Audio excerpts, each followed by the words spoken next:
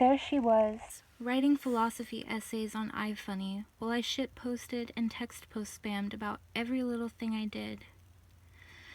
I couldn't stop thinking about the time she called my height cute, but that was because when sitting next to her in person, you could really tell the difference.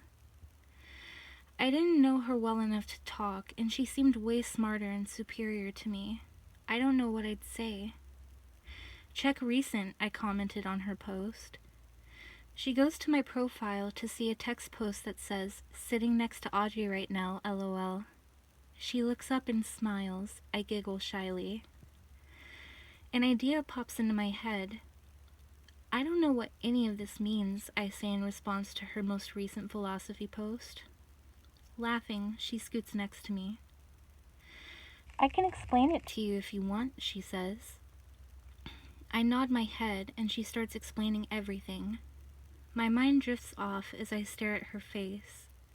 She notices and pauses.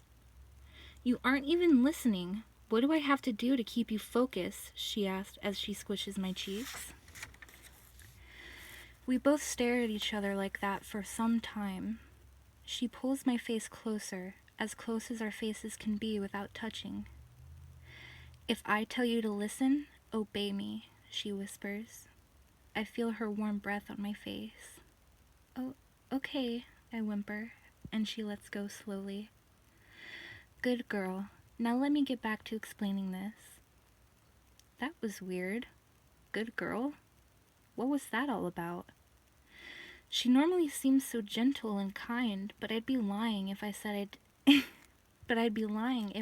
didn't turn me on a little bit.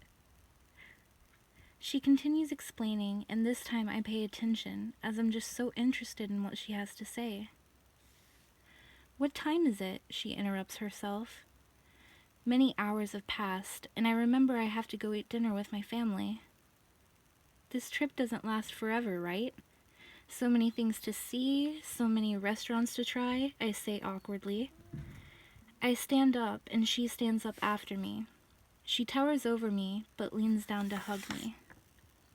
"Actually, maybe I have a little more time," I shout, a little too loudly. "Oh, really? Well, what do you want to do?" she asks. We both purse our lips as if thinking of something to do.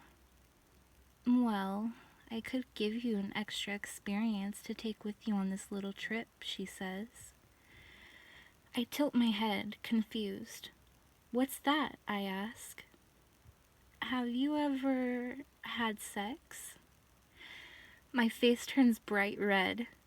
I try to think of ways I could have misunderstood her question. "Right here?" I ask. She takes me around a corner where the librarian can't see. "Tell me if you want me to stop," she says, slowly unbuttoning my shirt. I say nothing, as I don't want her to stop, nor admit that I liked it. She leans in and whispers gently, "Remember, you have to be quiet. This is a library after all."